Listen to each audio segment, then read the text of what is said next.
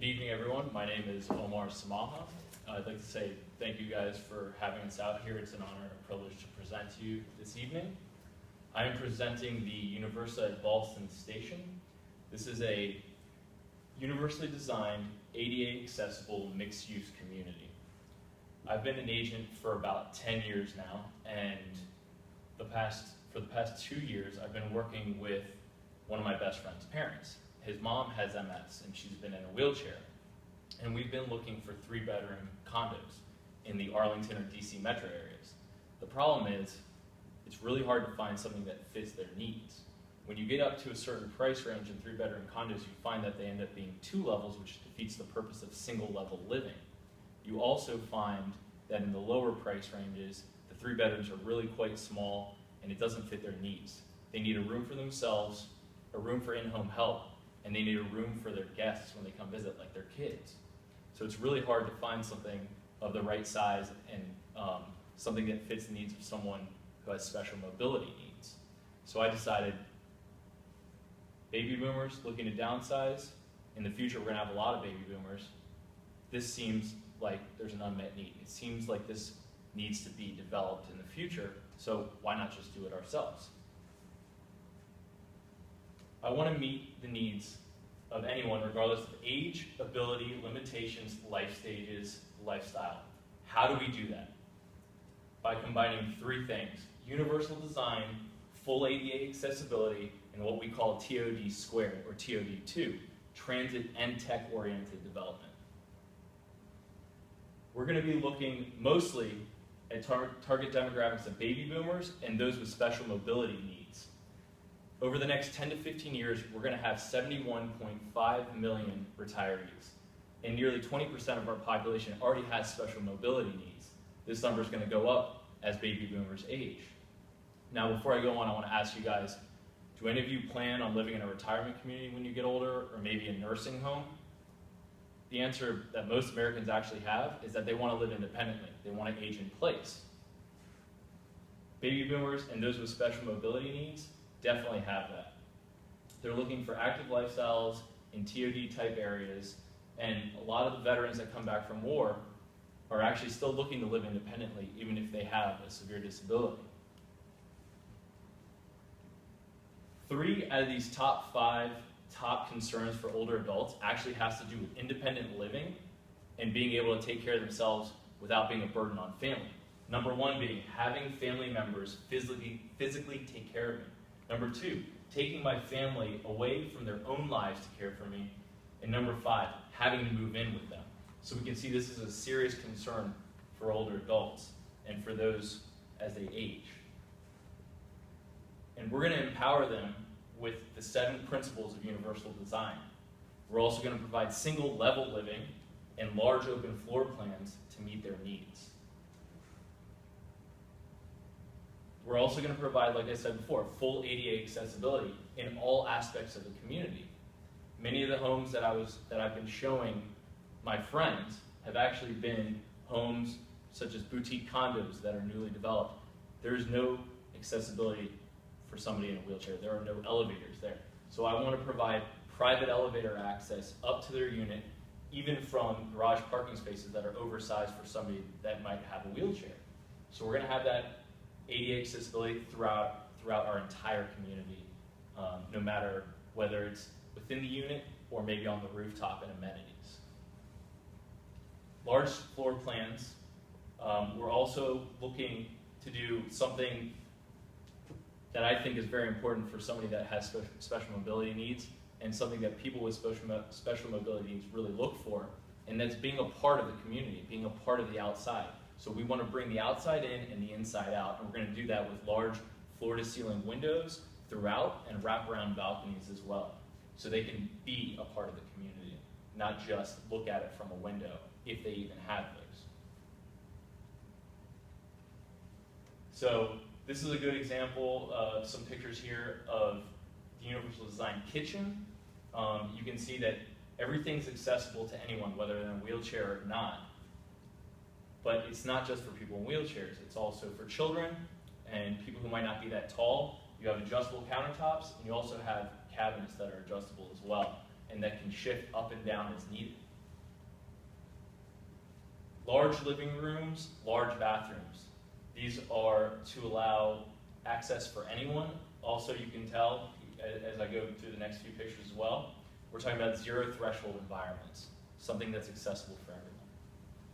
Another look at the bathrooms, zero threshold, adjustable countertops, something for everyone. This is what I think is really cool, a large laundry room that also is a walk-in closet, accessible by somebody in a wheelchair. I think it's a really cool concept to have both in one area as well. Pretty convenient. This is the transit part of our TOD2 development. The site, which I'll get into in a second, is located in an area that has virtually every type of transportation available to someone who lives there. If Tesla makes the Hyperloop happen, that could probably be added to the list as well. This is the technology aspect of the TOD2 development. We're going to integrate technology into every single one of our condos so that it's not just voice activated, but we're talking about user recognition and user predictive technologies so that the home is adapting to the person as opposed to the person having to adapt to the home. So the home will recognize the owner, recognize the owner's needs as they move about, and react as needed. The proposal is to have a 28 residential and 5 ground floor mixed-use community. We're talking about outdoor and social spaces included. The proposed site currently is in Ballston, Virginia, right across the street from the metro. It's an old retail strip, zone C2, currently valued at $8 million. Here's a look at the site here. And this is the Ballston-Roslyn corridor, Ballston being here, Roslyn being down here. As we zoom in a little bit to the Ballston area, you can see the metro right here. And a little bit closer on the site. The site is going to give us the footprint to be able to do 2 condos per floor with a private elevator in between. So we're going to have a little bit of a wider footprint than some other condo buildings might have, but it's going to provide us with the space to be able to develop our concept. Here's a look at the zoning map. You can see it's currently zoned C2. We're going to be changing it to the RC zoning to be able to accommodate the development. And here's a look at the Roslyn-Ballston corridor. This is the economic hub of Arlington, Virginia.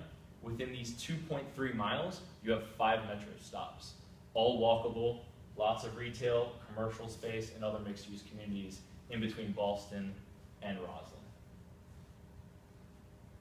Here's another look at why I think this is an important site. There's 130 feet from the Ballston elevator to the front entrance of the building. That will provide access to anybody. You don't have that everywhere. So this is what I think makes the site really special, and you have another 130 feet to the escalator entrance right there. The walk score in Ballston is 94, Walker's Paradise, lots of amenities around, everything in walking distance that you need to live comfortably. This is a look at the development pipeline in Arlington. Of these 31 developments, only 6 are going to be for-sale condos, none of which are going to be implementing the concept that we have. Here's a look at the map of the upcoming developments in Arlington.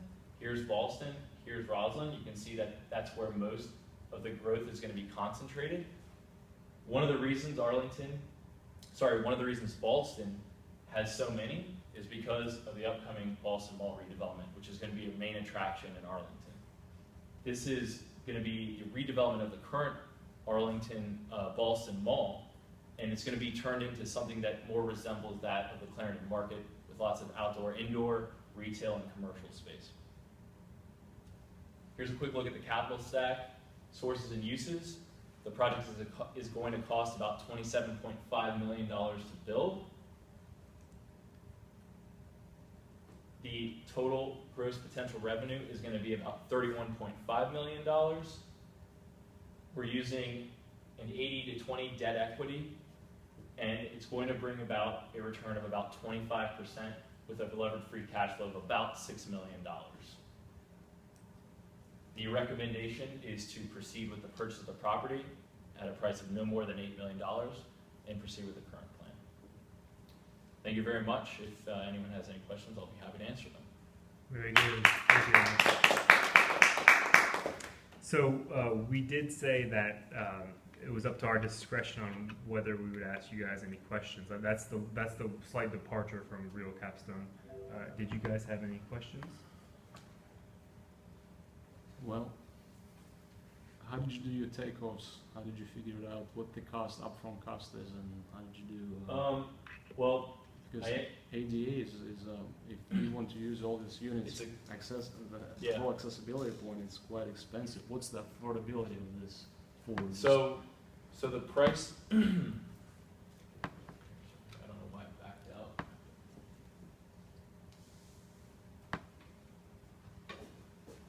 So to answer both your questions, I looked a lot into the technology costs, and we averaged, what it would cost about per unit to bring in some of this technology.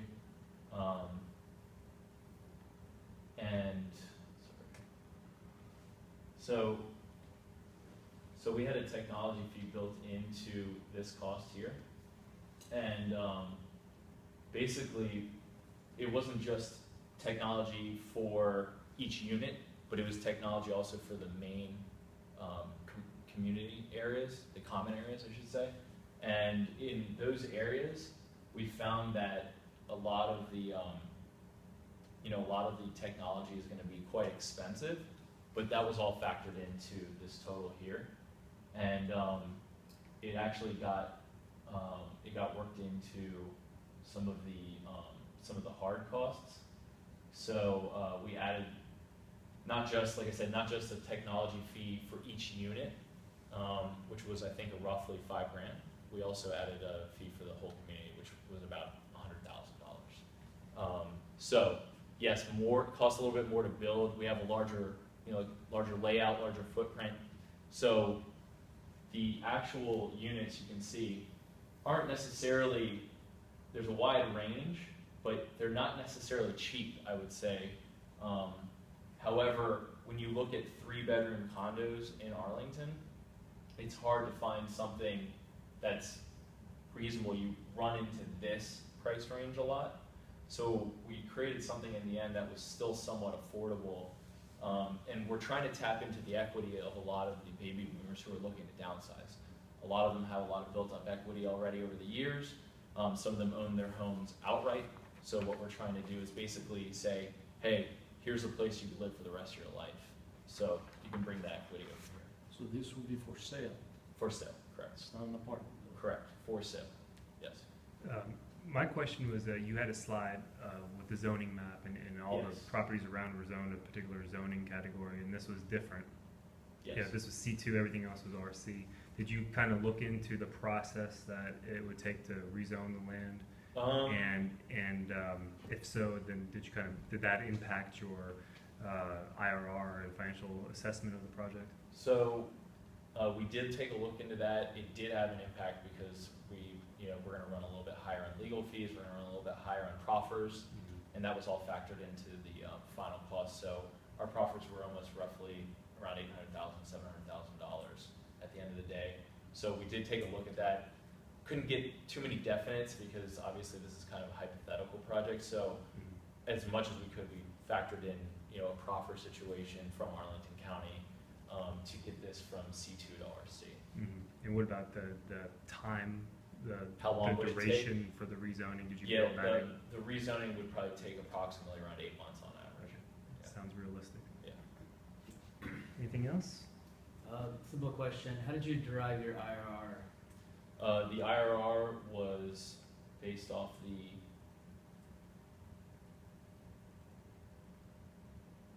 so the IRR was, There you go. so the IRR was based off of our sales, and from our sales we were deducting, what the bank was taking out of it in the loan, and it was essentially what our cost, it was cost to build and all of our expenses taken out of our gross potential revenue, and which brought us to our, this is the unlevered here at 21%, and then the levered at 25%. So it was, if you look at the levered free cash flow of 6 million, which is 25% of the total cost of 27 million to build. Very good. Thank you, Omar. Thank you.